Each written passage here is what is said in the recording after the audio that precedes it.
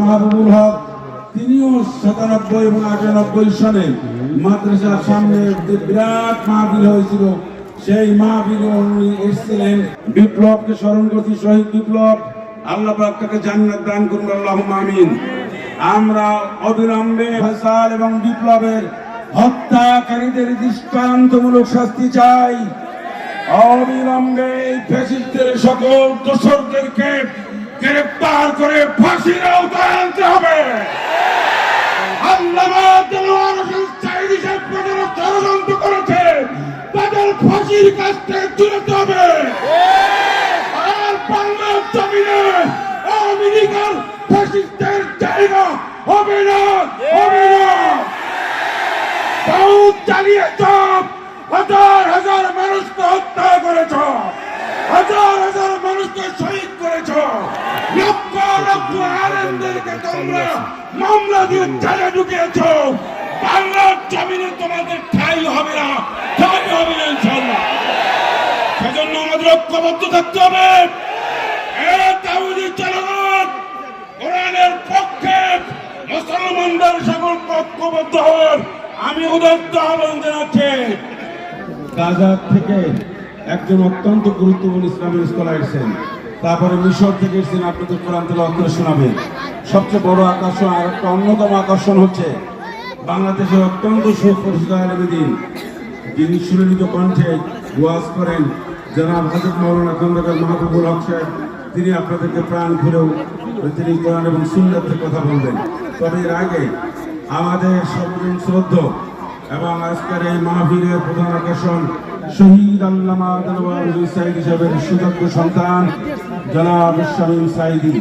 ঐতিহাসিক তাফসিরুল কোরআন মাহফিলের সম্মানিত সভাপতি, আজকের এই মহতী জলসার সম্মানিত প্রধান বক্তা, বিশিষ্ট ইসলামিক চিন্তাবিদ, মিডিয়া ব্যক্তিত্ব হযরতুল আল্লাম মাওলানা খন্দকার মাহবুবুল হক হাফিজাহুল্লাহ, বিশেষ বক্তা বাংলাদেশ ইমাম সমিতি সভাপতি, Dhaka new market city complex জামে মসজিদের সম্মানিত খতিব, বিশিষ্ট ইসলামিক চিন্তাবিদ এবং স্কলার হাফেজ মাওলানা মোহাম্মদ লুৎফুর রহমান, তুরস্ক থেকে আন্তর্জাতিক হিফজুল কোরআন প্রতিযোগিতায় প্রথম স্থান অর্জনকারী কারি AKM ফিরোজ, মঞ্চে উপস্থিত বিদেশ থেকে আগত কারি, ফিলিস্তিনের কারি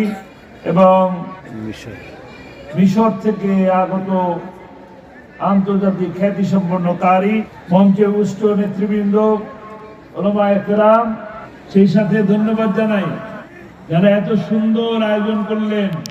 এই আশুলিয়ায় তো অনেক নাচ গানের আয়োজন হয় কিনা, কিন্তু এই যুবক শ্রেণীরা, যুবক ভাইরা কোরআনের আলোচনার আয়োজন করলেন। কিছুদিন আগে এরকম বসার কল্পনাও করা যায় নাই। কিছুদিন আগে 5 জন মিলে বসলে আমাদেরকে বলা হতো জঙ্গি, আমাদেরকে বলা হতো সরকারের উৎখাতের ষড়যন্ত্র করছি, নাশকতার চক্রান্ত করছি। কলিজার টুকরা ছাত্রদের ঐক্যবদ্ধ আন্দোলন, রক্ত এবং জীবনের বিনিময়ে অর্জিত 5ই আগস্টের এই স্বাধীন দেশের পর আমরা অত্যন্ত সুন্দরভাবে একত্রিত হতে পারছি। আমরা দোয়া করি আল্লাহ রাব্বুল আলামিন তাদের এই রক্ত এবং জীবনকে কবুল করুন, শাহাদাতের মর্যাদা দান করুন। সেই সাথে যারা অসুস্থ অবস্থায় আছেন আল্লাহ তাআলা তাদেরকে সুস্থতার পূর্ণ নিয়ামত দান করুন। অনেক মানুষের জীবন গেল, এরকম জীবন কি আরো যাবে? যাওয়া উচিত? অনিলেভেনের সরকার একের পর এক মানুষ গ্রেফতার হচ্ছে। একটা সময় নির্বাচন আসলো, আবার এক সরকার আসলো, 16টা বছর আমাদের উপরে জুলুম করলো, নির্যাতন করলো, জেলে নিল, রিমান্ডে নিল, হাজার হাজার লক্ষ লক্ষ মানুষ জেলে। একসময় মানুষ বলল গোটা দেশ কারাগার হয়ে গেছে। এইভাবে একের পর এক আর একের পর এক জীবন। শান্তি কি আসছে? ন্যায় বিচার পেয়েছি? কল্যাণের রাষ্ট্র হয়েছে? শ্রমিকের মর্যাদা পেয়েছে? পায়নি। কেন? কারণ বারবার শুধু মানব রচিত আইন দিয়ে আমাদেরকে শাসন করার চেষ্টা করা হয়েছে। এই জমিন কার? এই মানুষ কার? এই আকাশ কার? বাতাস কার? পাখি কার? মাছ কার? পানি কার? সমুদ্র কার? আইন চলবে কার? ইনিল হুকমু ইল্লা লিল্লাহ। জমিন যার, আইন চলবে তার।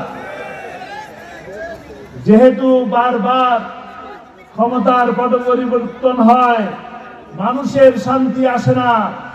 কারণ মানুষকে তৈরি করা হয়েছে আল্লাহর গোলামি করার জন্য, কিন্তু আমরা সেই আল্লাহর গোলামি করতে পারি না। বারবার কোরআন থেকে দূরে সরে যাই, ইসলাম থেকে দূরে সরে যাই, আল্লাহকে শুধু নামাজের মধ্যে স্মরণ করি। বাকি জীবনে এত বড় একটা জীবন, সামাজিক জীবন, অর্থনৈতিক জীবন, রাজনৈতিক জীবন, কোন জীবনে আল্লাহর আইনকে মানি না।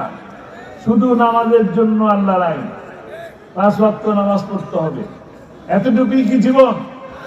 এই জীবনটা খুব অল্প সময়ের জন্য পৃথিবীতে এসেছি, খুব অল্প সময়ের জন্য। আমরা সকল মানুষ জানি কুল্লু নাফসিন, সকল মানুষের, সকল প্রাণীর মৃত্যুর স্বাদ গ্রহণ করতেই হবে। কেউ কি এসেছেন অমৃত্য নিয়ে? অমরত্ব নিয়ে কেউ এসেছেন? কেউ আসেন নাই। সকলকেই আমাদেরকে চলে যেতে হবে। কত সাহস আমাদের! এইটা জানার পরেও আমরা শুধু চুরি করি, দুর্নীতি করি, মাদকের পিছনে দৌড়াই, জিনার পিছনে দৌড়াই। ঠিক কিনা? ভালো থাকতে পারবেন? ভালো থাকতে পারবেন না। রোগী বৈঠা দিয়ে হত্যা করা হলো, বিচার পেলাম না। 5ই মেতে আরে মোনাদেরকে রাজপথে রাতের আধারে লাইট অফ করে দিয়ে পাখির মতন গুলি করে করে হত্যা করা হলো। বিচার পেয়েছি? আপনাদের কোরআনের পাখি আল্লামা সাইদি, তার কি অপরাধ ছিল? তার কোনো অপরাধ ছিল না। অপরাধ ছিল কোরআনের দাওয়াত দেওয়া। কোরআনের দাওয়াত দেওয়া যদি অপরাধ হয়, এই অপরাধে বারবার ফাঁসির মঞ্চে যেতে রাজি আছি। এ কথা কিন্তু আল্লামা সাইদি অনেকবার বলেছেন। বারবার বলতেন, মোনাজাতে হাত তুলে বলতেন, শহীদি মৃত্যু চাই। আল্লাহ, তুমি আমাকে শহীদি মৃত্যু দান করো। মাহফিল করতেছি, ওয়াজ করতেছি, এরকম সময় গুলি করে আমাকে হত্যা করা হতো, আমি চলে যেতে চাই। কিন্তু তাকে তো এইভাবে মারতে পারে নাই। তাকে মিথ্যা অপবাদ দিয়ে জেলে বন্দী করা হলো। জেল থেকে হাসপাতালে নিয়ে আসা হলো হার্ট অ্যাটাকের কথা বলে। হার্ট অ্যাটাকের পেশেন্ট কি হুইল চেয়ারে বসে নাকি স্ট্রেচারে শুয়ে থাকে?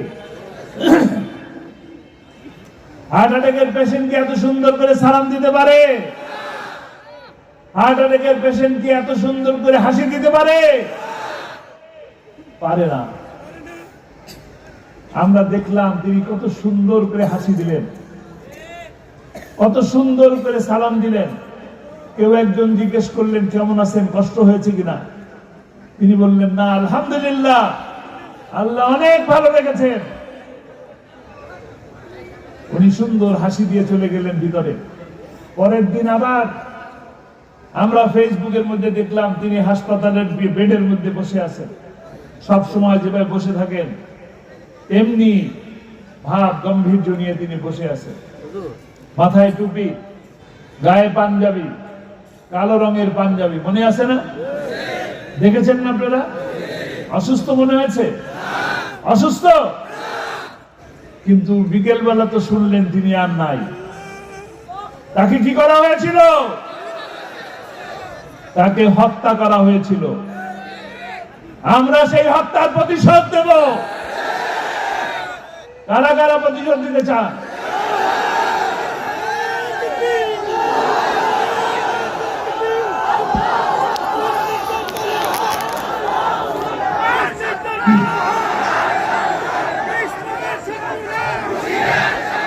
কিভাবে প্রতিশোধ নেবেন?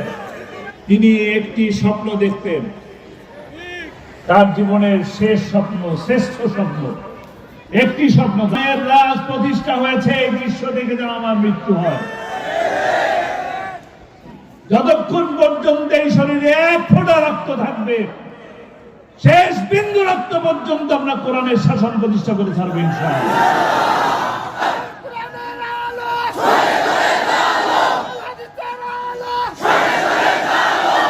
আমি আমার উপস্থিত সকল ভাইদের কাছে আবেদন জানাবো, এক একজন কমপক্ষে 20 জনকে কোরআনের কর্মী করতে হবে।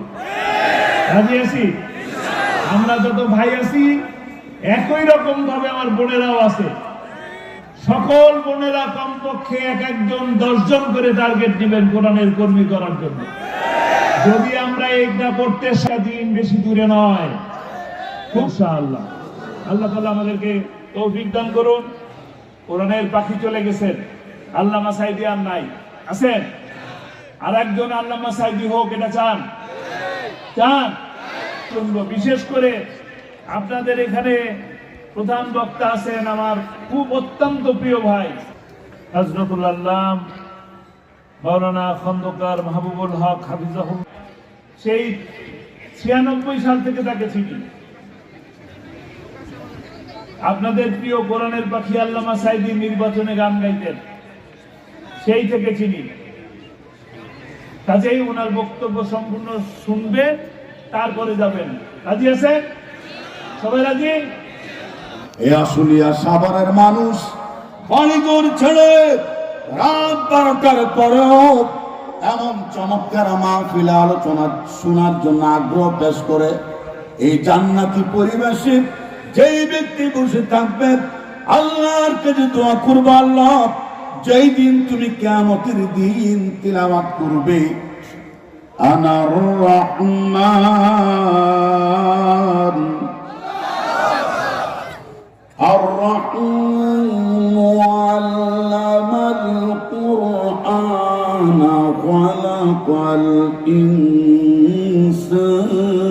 علمه البيان।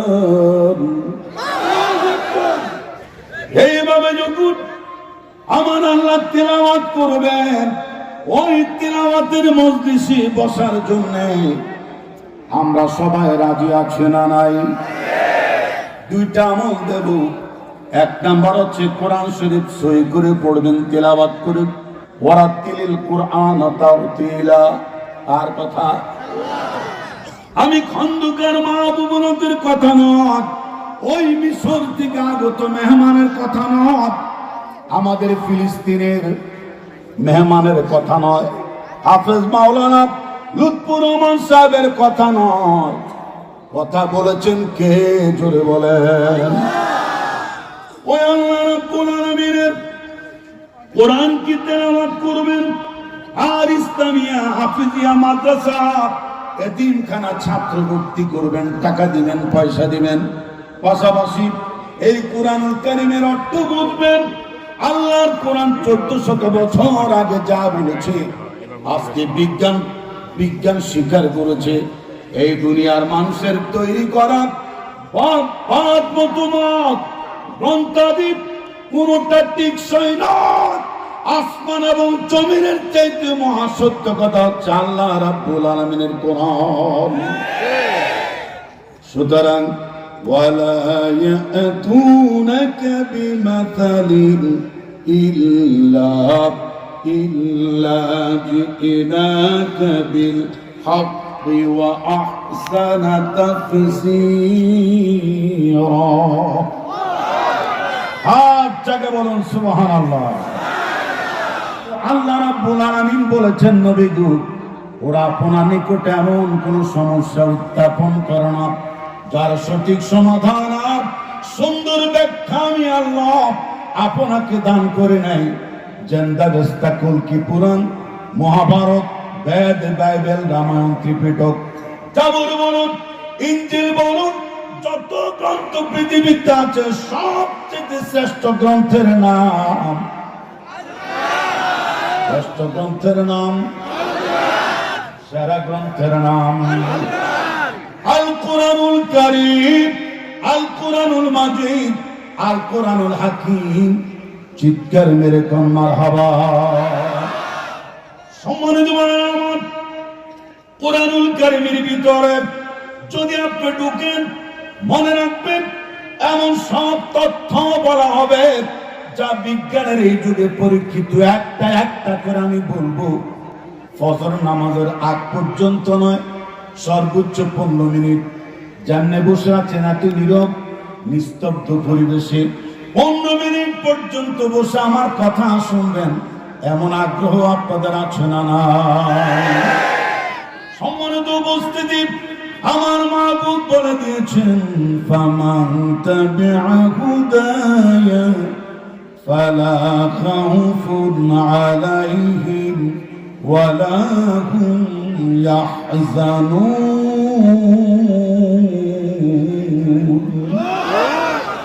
তার মানে হলো আমার নাজিল করা বিধিবিধানের আলোকে যারা দেশ চালাবে, সমাজ চালাবে, রাষ্ট্র চালাবে, সংসদ চালাবে, নগর ভবন, বঙ্গভবন, হোয়াইট হাউস চালাবে, তাদের জন্য কোনো ভয় নাই, তাদের জন্য কোনো চিন্তা নাই।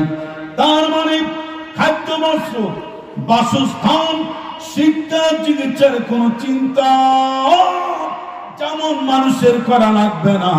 হত্যা, দর্শন, খুন খারাপি, রাহাজানের কোনো ভয় মানুষের থাকবে না। না, চিৎকার মেরে কোন মারহাবা। এমন একটা সুখী সমৃদ্ধ জীবন হবে যেখানে শুধু সুখ আছে, দুঃখ নেই, হাসি আছে, কান্না নেই, আনন্দ আছে, বেদনা নেই, হিংসা, বিদ্বেষ, বিভেদ নেই, নেই কোনো অভাব, অনটন, অস্থিরতা। পরম সুখ আর শান্তিতে কেটে যাবে মানুষের ইহজীবন, পরজীবন। চিন্তামুক্ত, ভীতিহীন, নিরাপত্তাপূর্ণ এমন একটা জান্নাতি সমাজ ব্যবস্থা আমার বাংলাদেশে প্রতিষ্ঠিত হয়ে যাক, এটা আমরা চাই কি চাই না? আওয়াজ করে বলুন, চাই কি চাই না?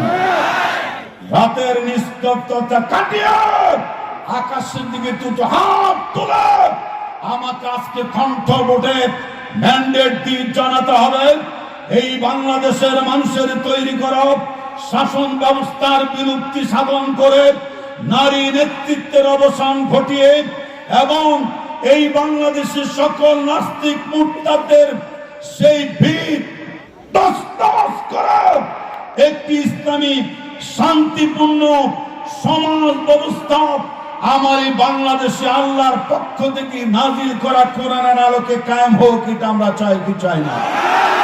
এটা চাইতে গেলে কারবান আসবে, হ্যাঁ স্লোগান দেওয়া শুরু হবে। এটা চাইতে গেলে বদর আসবে, খন্দক আসবে, ইয়ারমুক আসবে। এটা চাইতে গেলে কারবান আসবে, এটা চাইতে গেলে ৭১ আসবে, এটা চাইতে গেলে ৫ই মে আসবে। ৭৭ ইতিহাস আবার পুনরাবৃত্ত হবে। এই ইসলামী সমাজ ব্যবস্থা কায়েম করতে চাইলে আবারও ৫ই আগস্টের পুনরাবৃত্তি করতে পারে কি পারে না? সেই দিন যেমন আবাল বৃদ্ধ বনিত এক যুগে মাঠে ময়দানে রাজপথে লক্ষ কোটি কোটি জনগণ এই দেশকে বৈষম্য মুক্ত করার জন্য, জালেমের শোষণ, গঞ্জনা, শাসন মুক্ত করার জন্য ঐক্যবদ্ধভাবে ময়দানে ঝাঁপিয়ে পড়েছ। আর একবার যদি কোনোদিন আওয়াজ আসে, সে আওয়াজে সাড়া দেওয়ার জন্য আবার ৫ই আগস্টের মতো কোরআন সুন্নাহ রাজ প্রতিষ্ঠার প্রস্তাব ময়দানে চাবি পড়ার জন্য কারা কারা প্রস্তুত? আল্লাহকে হাত দেখা দাও।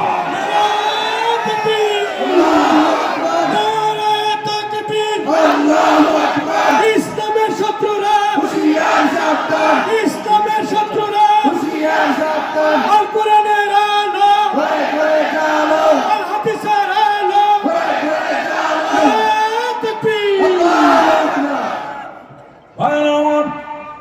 আমি যা বলছিলাম, আমাদের মরা লাগবে কি লাগবে না? লাগবে কি লাগবে না? অবশ্যই মরা লাগবে। আইনামা তাকুনু ইউদরিকুমুল মাউত ওয়ালাউ কুনতুম ফি বুরুজিন মুশাইয়াদা। সীসা ডালা প্রাচীরের ভিতরেও যদি তুমি লুকাও, আজরাইল সেখানে গিয়ে তোমার জান কবজ করতে পারে কি পারে না? আওয়াজ করে বলেন, পারে কি পারে না? আপনারা কি জীবনে বলুন তো, এই পৃথিবীর শ্রেষ্ঠতম 4 জন ফেরেশতার নাম কি আপনারা জানেন? আজরাইল, মিকাইল, ইসরাফিল, জিব্রাইল, এই 4 জন ফেরেশতার নাম আপনারা শুনছেন কি শোনেন নাই?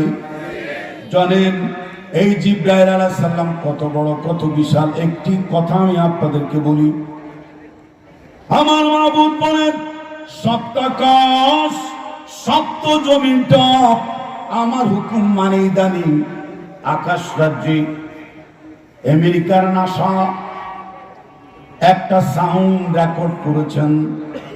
শোনা যায় কে যেন, কে বা কারা যেন lakh crore crore million billion trillion অক্টিলিয়ন পরিমাণ মানুষ যেন কি যেন গায়, সুরের মূর্ছনা হারিয়ে যায়। শেষ পর্যন্ত তারা বলেছে এইটা এইটা হলো ফেরেশতাদের জিকিরের আওয়াজ। যেরকম মারহাবা, ফেরেশতারা যে জিকির করে আল্লাহ নামের তাসবিহ জপে, এটা আমাদের বিশ্বাস হয় কি হয় না? অবশ্য হয়। যেমন রাসূল পাক সাল্লাল্লাহু আলাইহি সাল্লামকে হযরত আব্বাস রাদিয়াল্লাহু তাআলা একদিন ডেকে বলেছেন, নবী গো, আমি কি আপনাকে আজকে থেকে চিনি গো নবী? শুধু আজকে থেকে নয়, আপনার জন্মের পর যখন আপনি ছোট্ট ছিলেন, দোলনার মধ্যে আপনি দুলতেন, ডান দিকে বাম দিকে দোলনা দুলাইতাম। মাঝে মাঝে দেখতাম আকাশের পূর্ণিমা রাতের চাঁদ, চাঁদের দিকে তাকিয়ে আপনি হাসতেন। আর চাঁদ কি ইশারা করে, আপনার শাহাদাত আঙ্গুলি যদি ডান দিকে দুলতো, গোটা চাঁদকে আমি সেই ডান দিকে দুলে যেতে দেখতাম। আপনার শাহাদাত আঙ্গুলি যদি বাম দিকে দুলতো, চাঁদকে আমি ওই দিকে তুলে যেতে দেখতাম গো নবীজি। তখন বুঝতে পেরেছি আপনি আল্লাহর পাঠানো হক সত্য পয়গম্বর। ওয়ামা আরসালনাকা ইল্লা রাহমাতাল লিল আলামিন।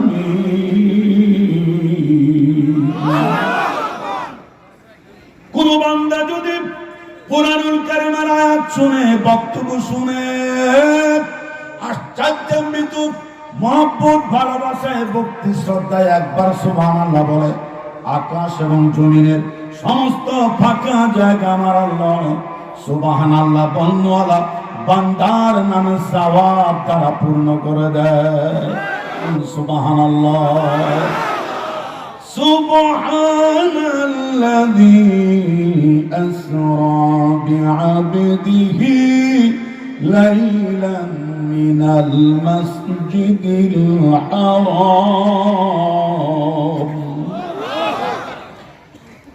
ওইদিকে যদি যাই, ছোট্ট একটা কথা বলবো, মেরাজের উপরে ছোট্ট একটা কথা শুনবো, যেটা জীবনের জন্য প্রথম হতে পারে।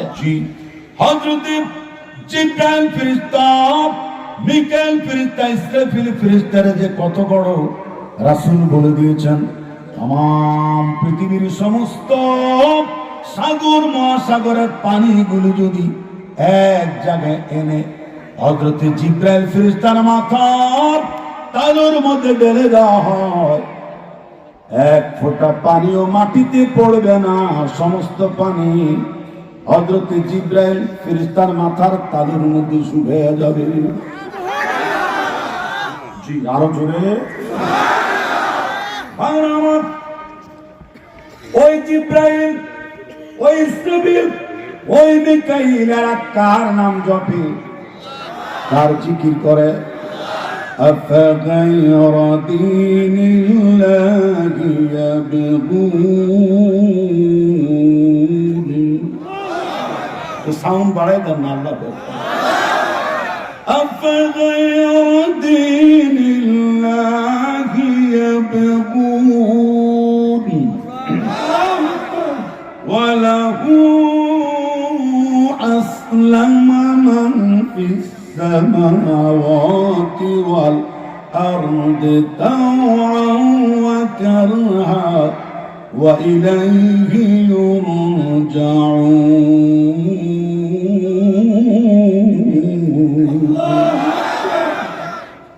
আসমান জমিনে যা আছে সব হুকুম মানে কার? বিধান মানে কার? আল্লাহর বিধান মানে।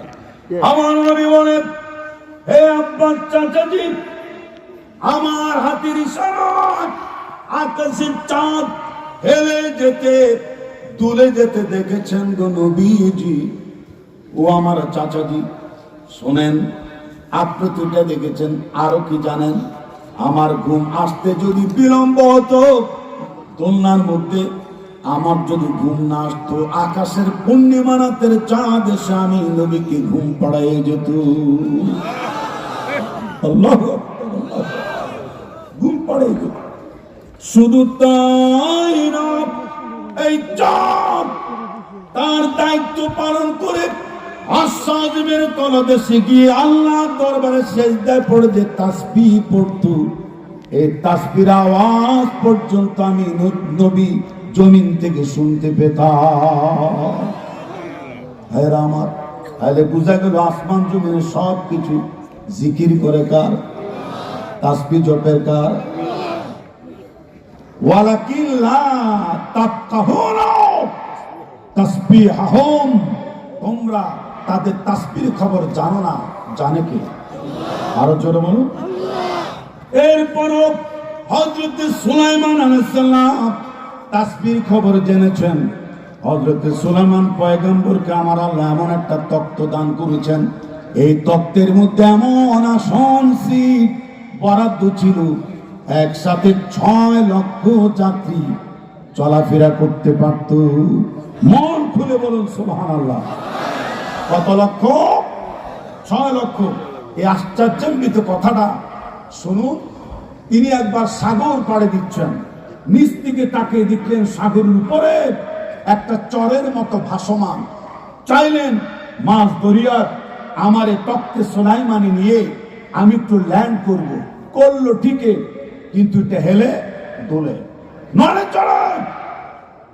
সুলাইমান পয়গম্বর তিনি বলেছেন, হে চর, তোমার উপরে আমি নবী সুলাইমান তক্ত নিয়ে নেমেছি, নড়ো কেন, চড়ো কেন, হেলা দোলা করো কেন? তখন একটি আওয়াজ ভেসে এসেছে, নবী সুলাইমান, আপনি আমাকে এই সাগরে আমার উপরে যে নঙ্গর করেছেন, ল্যান্ড করেছেন, চর বাসমান চর মনে করে। আমি বাসমান কোন চর না, মাটির চর নয়, আমি আল্লাহর এই সাগরের একটি মাছ। পিঠটা খালি উপরের দিকে জাগায় দিয়েছে, ওইটাকে আপনার চর মনে করে আমার উপরে তক্তে সুলাইমানে থামাইছেন। আমি কোন চর না, মাটি না, আমি সাগরের ভাসমান একটা মাছ। চিৎকার মেরে কোন সুবহানাল্লাহ। এইবার নবী সুলাইমান জিজ্ঞেস করেছেন, তুমি এত বড় মাছ, এত প্রকাণ্ড মাছ, আপনারা আমারে বলেন মাঝে মাঝে বড় বড় মার্কেটে শাপলা মাছ বিক্রি হয় কি হয় না? জোরে বলেন। অনেক প্রশস্ত।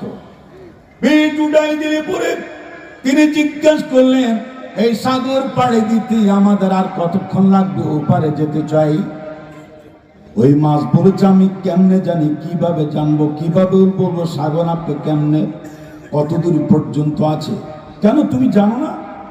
না না, আমি তো মাত্র সাগরের কিনারে কিনারে ঘুরে বেড়াই, এর চাইতে সীমা রেখা পেরিয়ে যদি আমি নিষিদ্ধ সীমা পেরিয়ে সাগরের আরো একটু দূরে যায়, মাছ দরিয়ার দিকে অগ্রসর হই, বড় বড় মাছেরা আমারে গিল্লা খাইয়াই ফেলবে, আমারে গিলে ফেলবে। এবার বুঝলেন কত বড় মাছ। সুবহানাল্লাহ, জোরে আরো জোরে বলুন সুবহানাল্লাহ। সেই সুলেমান পয়গম্বর তখ্ত নিয়ে আকাশের এত উপরে উঠেছে, ফিরিস্তাদের তাসবির আওয়াজ পর্যন্ত তিনি শুনতে পেরেছেন। বিদায় বেলায় জমিন কাঁপাইয়া বলেন সুবহানাল্লাহ, আরো জোরে। সেই সুলেমান নবীও তাসবিহ শুনেছেন। এইভাবে যদি আমি বিজ্ঞানের আজকের যে তথ্য যে তারা আসমানের একটি রেকর্ড নাসা সংগ্রহ করেছে, এইটা যেন জিকিরের আওয়াজ। সত্যি আসমান জমিনে যা কিছু আছে জিকির করে কার? তাসবিহ জপে কার? আল্লাহ। সেই মহান আল্লাহ সুবহানাহু ওয়া তাআলার তাসবিহ সপ্তাকাশ, সপ্ত জমিন, গাছ বৃক্ষ, তরুলতা সব যেখানে মানে সেখানে আমাদেরকে প্রতিদিন প্রতিনিয়ত সে আল্লাহর জিকির করা হুকুম মানার প্রয়োজন আছে না নাই? আছে না নাই? সে হুকুম শুধু নামাজের মধ্যে সীমাবদ্ধ থাকবে না। ব্যবসায়, বাণিজ্যে, চাকরিতে, নকরিতে, চেয়ারম্যানিতে, মেম্বারিতে, এমপিতে, সচিবে, বিশ্ববিদ্যালয়ে, কলেজ এবং সেনা প্রধান, নৌ প্রধান, র্যাব বাহিনীর প্রধান সব আমরা বাংলাদেশে এমন একটি সুন্দর সোনালী কোরআনের সমাজ ব্যবস্থা কায়েম করতে চাই। আজান দেওয়ার সাথে সাথে প্রত্যেকটা মসজিদের মধ্যে জামাতবদ্ধভাবে নামাজে দাঁড়িয়ে যাবে বিশ্ববিদ্যালয়ের ছাত্র শিক্ষকরা, থানা ওসি, পুলিশ মহোদয়, এবং সংসদে আজান হবে, এমপি মন্ত্রীরা পর্যন্ত জামাতে দাঁড়িয়ে যাবে। এমন একটা সোনালী সমাজ চাই কি চাই না?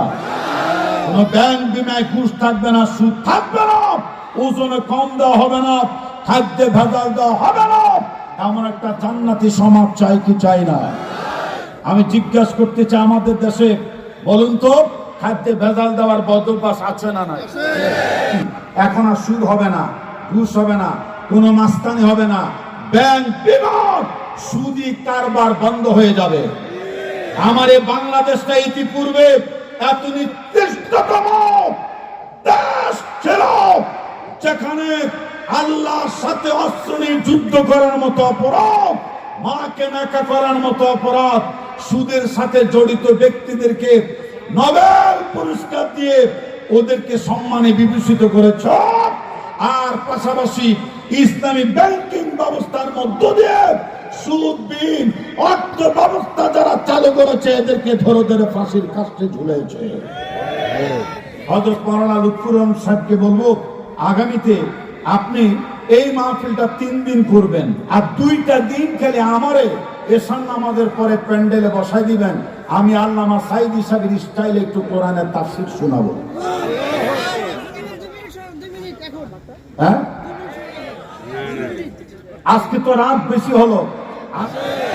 এই যে এখানে ইন্ডাস্ট্রি শ্রমিক এলাকা, এখানে শ্রমিকদের কাছ থেকে চান্দা কালেকশন করতে চান্দাবাদ ছিল কি ছিল না?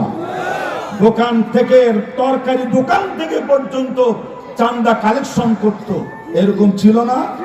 টেম্পো স্ট্যান্ড থেকে, অটো রিক্সা থেকে চান্দা, এমনকি যারা বাড়ি ঘরের ময়লা ফেলে এদের কাছ থেকে চান্দা দাবি করত। সে হই খই রই রই চান্দাবাজরা, হই খই রই রই সন্ত্রাসীরা গেলিকোট। এখন এইগুলি নিয়ে আমি বলে দিয়েছি দোকানদারদেরকে, বড় দোকানদার, মাঝারি দোকানদার, ক্ষুদ্র ব্যবসায়ী, আপনারা দোকান খুলবেন, সাথে একটা লাঠি রাখতে হবে।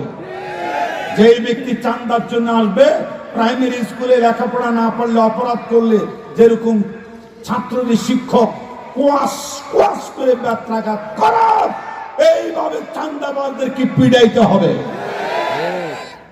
তোমরা অনেক তাফালিং করেছো, 12 ব্যাটারি টর্চ লাইট দিয়েও যেই নেজামি সাহেবের মতো, মুজাহিদের সাহেবের মতো এমন ব্যক্তিরা যারা মন্ত্রণালয় চালাইছে, 12 ব্যাটারি টর্চ লাইট দিয়ে একটা মেম্বারের জীবনও, নেতৃত্ব জীবনও কোনোদিন তোমরা দুর্নীতির লেশ পাও না।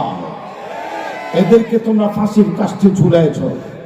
দুনিয়া বিখ্যাত আলেম যার হাতে হাত রেখে মুসলমান হয়েছে হাজার হাজার তাওহীদি জনতা দেশ বিদেশে, সে আল্লামা সাঈদীকেও 13টি বছর কারাগারে রেখে আল্লাহর কোরআনের তাফসীর থেকে বঞ্চিত করেছ জাতিকে।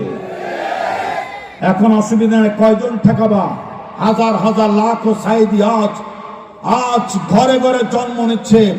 এমন একদিন আসবে, এমন একদিন আসবে, আজকে সিনা নয়, বরং এই মাদ্রাসা থেকে যারা পাগড়ি নিচ্ছে, কাউমি মাদ্রাসা থেকে যারা দাওরা পাস করছে, আলিয়া মাদ্রাসা থেকে যারা মুফাসসির হচ্ছে, প্রত্যেকটা কাউমি আলিয়া মাদ্রাসা মুফাসসির, মুহাদ্দিস, মুফতি, মাওলানা এরাই শেষ পর্যন্ত বাংলাদেশের সুপ্রিম কোর্ট, হাইকোর্ট, জজ কোর্ট, নিম্ন আদালত, উচ্চ আদালতের জাস্টিস হিসেবে তারা বিচার কার্য পরিচালনা করেছে। ডিসি হবে, এসপি হবে মসজিদের ইমাম সাহেবেরা। তাকে বাংলাদেশে বাইতুল মুকাররমের খতিব, ওনাকে নিয়োগ করতে হবে, যেই খতিব হবে বাংলাদেশের বঙ্গভবনের রাষ্ট্রপ্রধান। এইসব ইতিপূর্বের খুচরা রাষ্ট্রপ্রধানকে আমরা মানি না, ঠিক কিনা জোরে বলেন? তোমরা কিসের রাষ্ট্রপ্রধান ছিল? তোমাদের চোখের সামনে নেজামির মতো, মুজাহিদের মতো আরো বড় বড় ইসলামী নেতৃবৃন্দকে ফাঁসির কাষ্ঠে ঝুলাইছে, অন্যায় ভাবে তোমরা ঠেকাইতে পারো না। আল্লামা সাঈদীকে ইনজেকশন ফুস করে তাকে হত্যা করা হয়েছে, তোমরা বাঁচাইতে পারো না।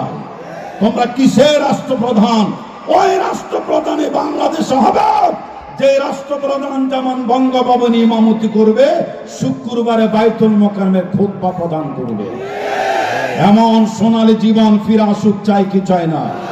চাই কি চাই না?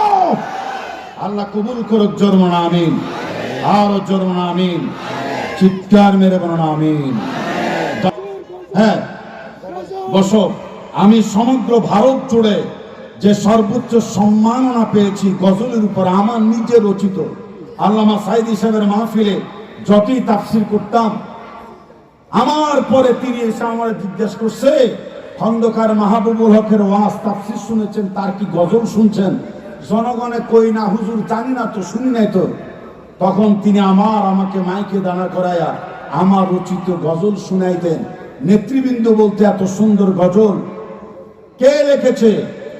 আল্লামা সাঈদী সাহেব হুজুর বলতেন, কে আর লিখবে? খন্দকার মাহবুবুল হক কখনো কারো হাওলাচ্চা গজল গায় না, নিজেই সে শিল্পী, রচয়িতা এবং গায়ক। আল্লামা সাঈদী সাহেবের সেই পছন্দের গজলগুলির মধ্যে একটি গজল আমি গাইব, এরপর আবদার হবে না তো, একটা গজল গাইব। তবে আমার এই গজল শোনার জন্য আপনারা মানসিকভাবে প্রিপারেশন, প্রস্তুত অবশ্যই আছেন আগে থেকে, তবে কণ্ঠটা ভালো করে পরিষ্কার করে নেন। হয় না, আরো জোরে। এই যে ফিলিস্তিনের আমাদের নেতা আসছে এখানে, আপনারা খুশি না বাজার? ওনারে যথার্থ সম্মান আমরা দিতে পারি নাই। লাস্ট সবাই একটা সালাম দেন। এই ফিলিস্তিনের মুসলমানদেরকে ওই শেখ আমেরিকান ওরা আমার আফগানিস্তান, আমার ফিলিস্তিন, আমার ইরানকে তছনছ করে দিয়েছে বারবার। দেয়ালে পিঠ থেকে গিয়েছে, মানুষ ধৈর্য ধারণ করতে পারে নাই। শেষ পর্যন্ত আল্লাহ রাব্বুল আলামিন আমেরিকার বিরুদ্ধে স্বয়ং নিজে অ্যাকশনে নেমেছে। সেই ক্যালিফোর্নিয়া, লস অ্যাঞ্জেলসের যে করুণ দশা হয়েছে, ও বেচারা বলেছে, আমার কথা যারা শুনবে না ওই দেশকে নরকে পরিণত করবে। আল্লাহ কয়, যে আগুন হইল আমার হাতে, অগ্নি লেলিহান আমার হাতে, তুই কিসের কিসের, তুই কিসের আবার আগুন জ্বালাবি? এই জন্য এমন আগুন ধরাইছে আজও পর্যন্ত নিবাবার ক্ষমতা পৃথিবীর কারণে। ওই দিক দিয়ে আবার তুষার ঝড় সৃষ্টি করে দিয়েছে। আল্লাহ আছে না নয়? হাত উঠায় বলেন, আকাশের দিকে সাদা তঙ্গুল উঁচু করবেন, আল্লাহ আছে না নয়? সেই ঠেলা সামলাতে না পেরে ফিলিস্তিনি যুদ্ধ বিরতি ঘোষণা করেছে।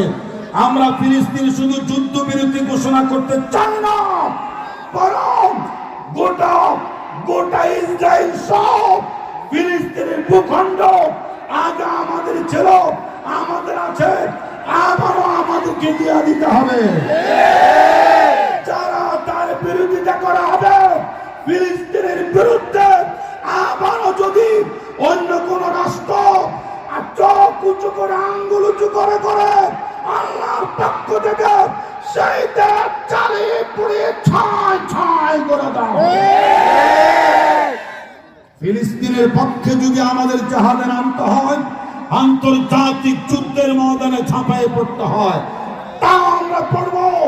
টাকা দিয়ে, পয়সা দিয়ে, অস্ত্র দিয়ে। এটা কার কথা? আরো জোরে বলে, হাত্তা লা তাকুনা ফিতনাতু ওয়া ইয়াকুনা দ্বীনু কুল্লুহু লিল্লাহ। সংগ্রাম করো, লড়াই করো সে পর্যন্ত যতক্ষণ আল্লাহর জমিন থেকে সকল বাতিল মতাদর্শের অবসান না ঘটে, ততস্থলে আল্লাহর দ্বীন পরিপূর্ণভাবে সুপ্রতিষ্ঠিত না হয়, ততদিন পর্যন্ত তোমরা সংগ্রাম করো, লড়াই করো। বলেছে কে? কে বলেছে? খালিদ বিন ওয়ালিদের মতো, তারেক মুসা খান জাহানের মতো, শাহজালাল, শামাদ্দুম, সালাউদ্দিন আইয়ুবী, জামালউদ্দিন আফগানি, ফকির আব্দুল সাহ, শহীদ তিতুমীর তথা বিশ্ব কবি কাজী নজরুল ইসলামের মতো আজ তোমাকে হায়দারে হুঙ্কার হাঁকতে হবে। কবি কণ্ঠে দারাজ গলা দিয়ে তোমাকে বলতে হবে, বিদ্রোহী আমি রণক্লান্ত, মহাবিদ্রোহী আমি রণক্লান্ত, আমি সেই দিন হব শান্ত, যবে যবে উৎপীড়িতের ক্রন্দন ঢোল আকাশে বাতাসে ধনে বানাও, অত্যাচারের খড়গ কৃপণ ভীম রণভূমে রণে বানাও। কারণ আমি তো মুসলিম, আমি তো ইন্নানি মিনাল মুসলিমিন। আমি তো মুসলিম, আমি সংগ্রামী, আমি চিররণবীর। আল্লাহকে ছাড়ো, কাউকে মানি না।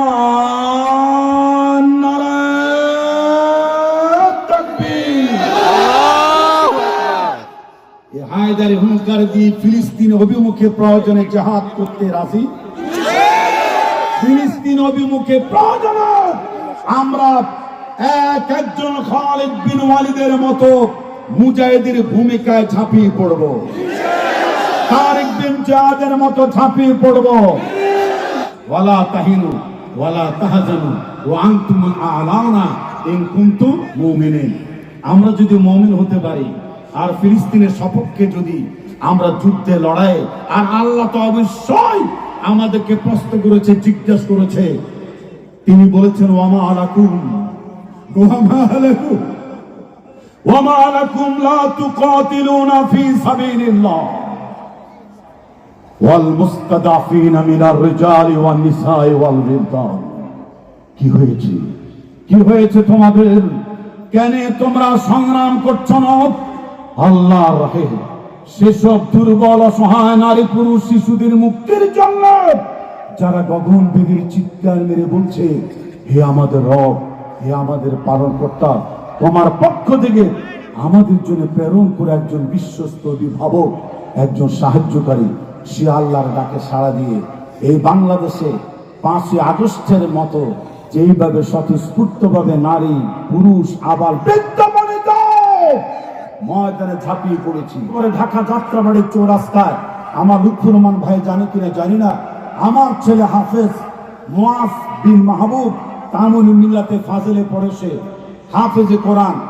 দুর্বৃত্তরা যখন কুল কিরানা না পায়ও আমার ছেলেকে বাটে পেয়েছে, থানার মধ্যে ঢুকে ওরা এমন মার দিয়েছে পুলিশ সহ, মারতে মারতে আমার ছেলে জমিনে লুটিয়ে পড়ে নিথর দেহ। যখন আর নড়াচড়া করে না, ওরা বলেছে ওরে গুলি করে দাও। পুলিশ তখন বলেছে কিভাবে গুলি করবো, তো মরেই গেছে।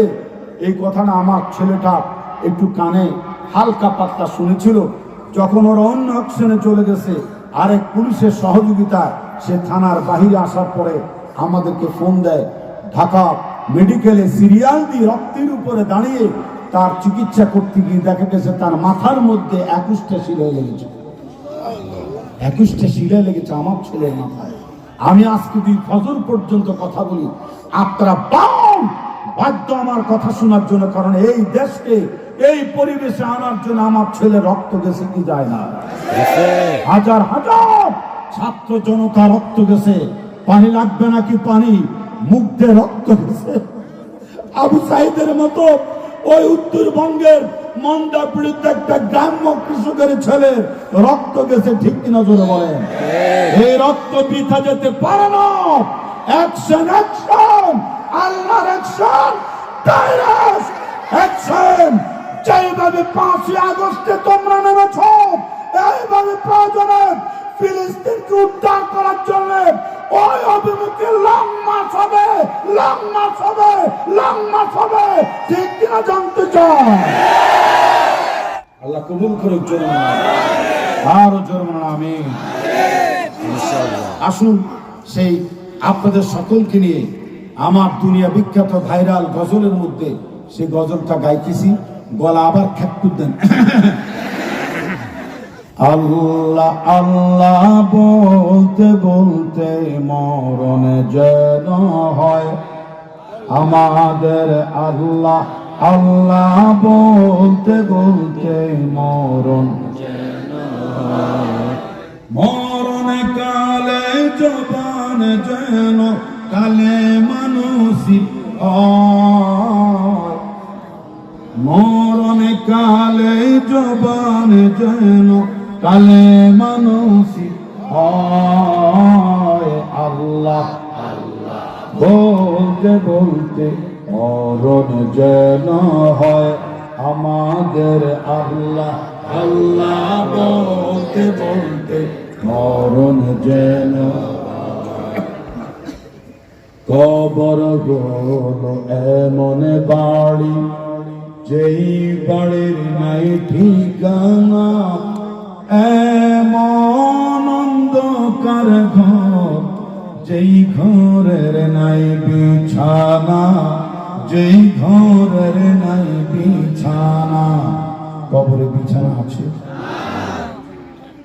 কবর হলো এমন বাড়ি, যেই বাড়ির নাই ঠিকানা, এমন অন্ধকার ঘর, যেই ঘরের নাই বিছানা, যেই ঘরের নাই না না, যেই ঘরের নাই বিছানা, যেই ঘরের নাই ইমান আমল নিয়ে মরলে কবর, কুরআন হাদিসের আমল কবর আলোকিত হয়। আল্লাহ বলতে বলতে মরণ যেন হয়, বলো না আল্লাহ আল্লাহ বলতে বলতে মরণ। মরণ কালে জবান যেন কালে মানুষই হয়। চাই কি চাই না? আরে আগ্রহের সাথে মুনাজাতের ভঙ্গিতে বলেন, চাই কি চাই না? মরণ কালে জবান যেন কালে মানুষই হয়। আল্লাহ আল্লাহ বলতে বলতে মরণ যেন হয়, বলো না আল্লাহ আল্লাহ বলতে বলতে মরণ যেন হয়। মুনকির নকিরের 3টি প্রশ্নের জবাবে সঠিক হলে কবরে থেকে জান্নাত মুখী দরজা যাবে খুলে। আল্লাহ কবুল করুন, জোর বলুন আমিন। এই তো শেষ কলিটা। মুনকির নকিরের তিনটি প্রশ্নের কয়টি প্রশ্নের? মুনকির নকিরের তিনটি প্রশ্নের জবাবে সঠিক হলে কবর থেকে জান্নাত মুখী দরজা যাবে খুলে রে, দরজা যাবে। কবর থেকে জান্নাত মুখী দরজা যাবে, দরজা যাবে। রোজ হাসরের কঠিন দিনে, কোন দিনে? রোজ হাসরের কঠিন দিনে নেই কোনো ভয়। আল্লাহ বলতে বলতে মরণ যেন হয় আমাদের। আল্লাহ আল্লাহ বলতে বলতে মরণ কালে জবান যেন কালে মানুষ হয়। মরণ কালে জবান যেন কালে মানুষ হয়। আল্লাহ বলতে বলতে মরণ যেন হয় আমাদের। আল্লাহ বলতে বলতে মরণ যেন মরণ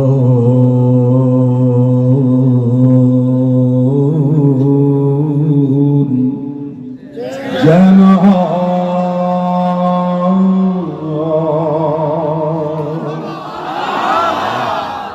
আমার অনাকাঙ্ক্ষিত সময়ে ডবল টাইম নিয়ে আপনাদের সামনে ওয়াজ করায় আপনারা খুশি না বেজার? এই এলাকায় বহু বছর আমি আগে এসেছিলাম, একবার গাজীর চটে দুইবার এসেছিলাম, আবার গাজীর চটে এসেছিলাম। আমাদের বেলাল ভাইও এর মধ্যে তিনি আলোচনা শুনেছেন, ওনাকেও স্বাগত জানাচ্ছি। ফিলিস্তিন আর মিশর আমি গিয়েছি, অনেক চমৎকার একটা দেশ, সেই দেশে আবারও যাবো ইনশাআল্লাহ। আপনারা আমার জন্য দোয়া করবেন। আমি ফিলিস্তিনের ওনারে দিয়ে দোয়াটা করাবো। আল্লাহুম্মা ইগফির লানা যুনুবানা ওয়া কাফির আন্না সাইয়্যাতিনা ওয়া তাওফানা মা'আল আবরার। اللهم إنا نسألك لهذا البلد الطيب بنغلاديش الأمن والأمان. اللهم اجعله بلدا آمنا مطمئنا مستقرا وسائر بلاد المسلمين. ألف بين قلوبهم وأصلح ذات بينهم واهدهم جميعا يا رب العالمين. اللهم أصلح لنا ذرياتنا وأزواجنا وأولادنا وبارك فيهم يا رب العالمين، واجعلهم من أهل القرآن دائما يا رب العالمين. اللهم عليك باليهود الظالمين، اللهم عليك باليهود الظالمين. زلزل الأرض تحت أقدامهم، خذهم أخذ عزيز مقتدر. أرنا فيهم عجائب قدرتك، قتل أطفالهم ورمل نساءهم ودمر طائراتهم ودباباتهم. اللهم انصر مجاهدينا في فلسطين، اللهم انصر مجاهدينا في فلسطين. سدد رميهم وثبت أقدامهم يا رب العالمين. اللهم إنك أنت تعلم أن هناك مستضعفين في غزة، فأطعمهم يا رب العالمين، واسقيهم يا رب العالمين، وآويهم يا رب العالمين. اللهم لا تجعل لنا في جمعنا هذا ذنبا إلا غفرته، ولا هما إلا فرجته، ولا كربا إلا نفذته، ولا دينا إلا قضيته، ولا مريضا إلا شفيته، ولا محتاجا إلا أعطيته، ولا ضالا إلا هديته، ولا مسلما إلا نصرته، ولا عدوا إلا هزمته. اللهم اشف جرحانا، اللهم اشف جرحانا، اللهم اشف جرحانا وعاف مبتلانا، واحتسب كل من استشهد في فلسطين من الشهداء يا رب العالمين. وآخر دعوانا أن الحمد لله رب العالمين، وصل اللهم على سيدنا محمد وعلى آله وصحابته أجمعين. اللهم آمين آمين، والسلام عليكم ورحمة الله وبركاته. جزاك الله خير. ما شاء الله.